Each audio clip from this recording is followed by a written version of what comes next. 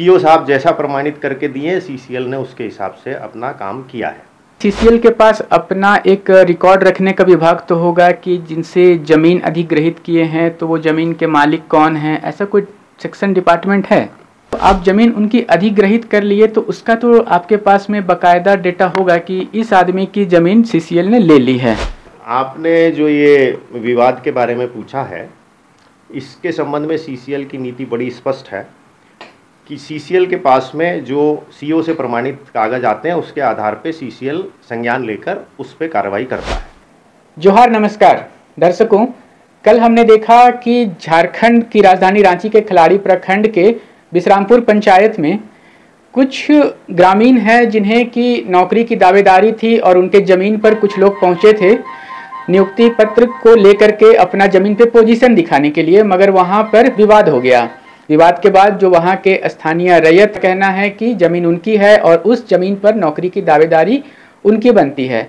उस ज़मीन पर पहले भी नौकरी मिल चुकी है उनके एक भाई को, और जो बची हुई ज़मीन है उस पर उन्हें या उनके परिवार से किन्हीं को मिलनी चाहिए, मगर एक नया दावेदार खड़ा हो गया है। ये विवाद चला, खबर आपने देखी होगी, इसका लिंक आपको डिस्क्रिप्शन में मिल जाएगा। अब हम इसी मुद्दे पर बात करेंगे। इसी सीसीएल के नॉर्थ कनपुरा के जो महाप्रबंधक हैं दिनेश कुमार गुप्ता जी हमारे साथ हैं।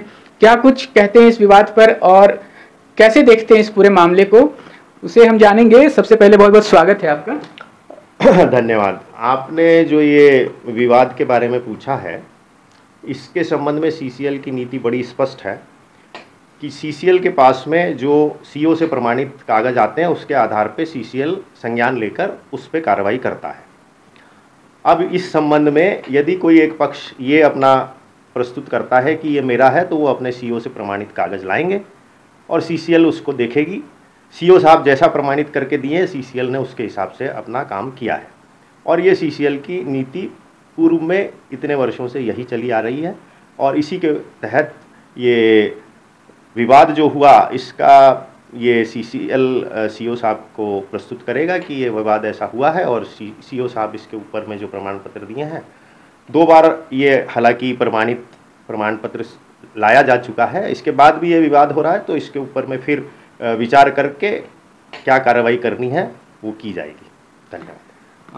छोटे छोटे कुछ सवाल इसी से संबंधित मैं आपसे पूछना चाहूँगा कि सीसीएल के पास अपना एक रिकॉर्ड रखने का विभाग तो होगा कि जिनसे ज़मीन अधिग्रहित किए हैं तो वो ज़मीन के मालिक कौन हैं, ऐसा कोई सेक्शन डिपार्टमेंट है? सीसीएल के पास अपना डिपार्टमेंट है, लेकिन सीसीएल जो भी अपने पास रिकॉर्ड्स हैं उनको सत्यापन सीओ के द्वारा करवाती है और सीओ का सत्यापन ही फाइनल उसके लिए माना जाता है और उसी को संज्ञान में लेके काम किया जाता है। ये सत्यापन तो आप नौकरी या मुआवजा जो देते हैं उसके पहले करते होंगे ना? नौकरी और मुआवजा देने के पहले मुआवजे के संबंध में ही बात कर रहे हैं और उसी के तहत ये सत्यापन कराया जाता है। जैसे कि जो अभी जो ये मामला है तो उसमें जो दावा कर रहे हैं ज़मीन का कि मैं मालिक हूँ, एक तो और दावेदार है जो कि नियुक्ति पत्र लेकर के हाजिर था सामने, मगर जो दावेदार हैं उनके पास में जो कागजात हैं कि उनकी ज़मीन को अधिग्रहित कर ली गई। तो जब आप ज़मीन उनकी अधिग्रहित कर लिए तो उसका तो आपके पास में बाकायदा डेटा होगा कि इस आदमी की ज़मीन सीसीएल ने ले ली है। इस संबंध में मैं एक आपसे निवेदन करना चाहूँगा कि आप पत्रकार हैं और आपको सच दिखाना आपका पेशा है और सीसीएल भी सच जो है और जो वाजिब दावेदार है उसी को नौकरी और मुआवजा देने के पक्ष में है। आपने ये बोला कि जो दूसरे दावेदार हैं वो ज़मीन के मालिक हैं, तो आपने ज़रूर छानबीन की होगी, आपके पास भी ऐसा कुछ उन्होंने दिखाया होगा कि सीओ के द्वारा प्रमाणित कुछ है उनके पास, तो वो प्रस्तुत करें अपना और उसके हिसाब से जो कार्रवाई होगी वो की जाएगी। इस संबंध में मुझे इतना ही कहना है। धन्यवाद। बिल्कुल बिल्कुल, ये जो खबर चल रही है उसके इनसेट में आप देख सकते हैं कि जो ज़मीन के जो दावेदार हैं उनके ज़मीन के कागजात आपको दिख रहे होंगे और आप देख पा रहे होंगे कि उनकी ज़मीन को अधिग्रहित की गई थी, मगर बावजूद उसके ये विवाद उत्पन्न हो गया है और इस विवाद का सीसीएल कैसे निपटारा करता है ये तो आने वाले समय में हम लोग देखेंगे, मगर फिलहाल कहीं ना कहीं एक कन्फ्यूजन की स्थिति है कि सीसीएल भी अभी आइडेंटिफाई नहीं कर पा रहा है कि असली दावेदार कौन है, इसके लिए क्या इनके सिस्टम होते हैं, उसके बारे में एक संक्षिप्त जानकारी बस चलते चलते अंत में। इसके संबंध में मैं आपको पूर्व में भी बोल चुका हूं कि सीओ के द्वारा जो प्रमाणित हमारे पास कागज आएंगे उनको संज्ञान में लेकर कार्रवाई की जाएगी और फिलहाल हमारे पास में जो एक पक्ष ने कागज प्रस्तुत किए हैं उन कागज़ों के आधार पर ही इसका काम किया जा रहा है, और दूसरे पक्ष का जो अपना है वो इसके संबंध में सीओ से अपना बातचीत करें, क्या उनको करना है। धन्यवाद। धन्यवाद। तो क्या है कि भाई सरकारी नौकरी है, जो उनके पास में कागज प्रस्तुत हैं वो विवादित हो गए हैं, तो इसको सुलझाने के लिए निस्संदेह कोई ना कोई तरीका आजमाया जाएगा। क्या होगा वो तरीका, क्या विवाद सुलझता है या फिर ये विवाद और बढ़ जाता है, ये हम आने वाले समय में देखेंगे। मगर आप बने रहें ऐसे ही नवीनतम ताजा अपडेट्स के लिए हमारे संग। कैमरा के पीछे से मेरा सहयोग कर रहे जुगल किशोर भगत के साथ मैं विजयदत्त पिंटू, रांची। हम इंतजार करते रहे, लेकिन आज जो हाल हो रहा है वो तो सबको मालूम है। देखिए विश्रामपुर में जिसके बारे में जो चर्चा किया जा रहा है, जो सुने कि इनके एरिया के जीएम ने भी कुछ ज़मीन के कागजात के बारे में कुछ बात कही है, तो हम तो जो मेरा पास पेपर है जो ओरिजिनल है वो हम दिखा रहे हैं आपको। ये डीड है जो 1959 में मेरा दादा खरीदे हैं, है ना, ये डीड है।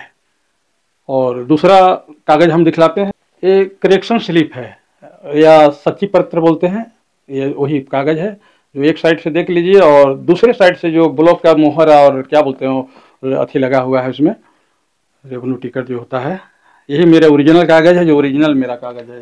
ये ज़मीन का 1992 में जो हमको जो भूमि अर्जन द्वारा हमारा ज़मीन एक्वायर किया गया है उसका रसीद है, जो ही है, नोटिस है, हमको 92 में मिला था।